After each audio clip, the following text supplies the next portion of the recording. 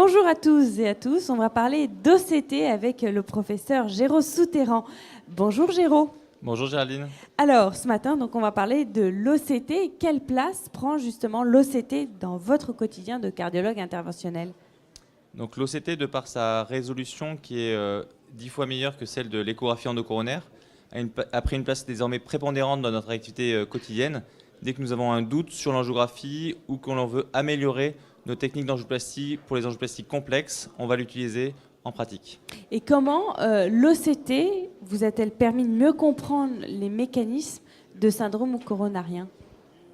L'OCT, qui a une résolution de 10 microns, permet de voir à l'intérieur des artères directement, et on va pouvoir évaluer la charge thrombotique pour un syndrome coronarien aigu et également connaître le mécanisme de ce syndrome coronarien aigu, puisque l'angiographie n'est pas capable de différencier une cause d'érosion ou de rupture de plaque, et elle va nous permettre d'adapter notre stratégie thérapeutique. Et est-ce que vous utilisez l'OCT de façon quotidienne ou selon certaines indications? Alors l'OCT, on ne va pas l'utiliser de manière systématique pour chaque angiographie. Dans la plupart des centres, l'utilisation de l'OCT correspond à 5 à 10% des angioplasties coronariennes.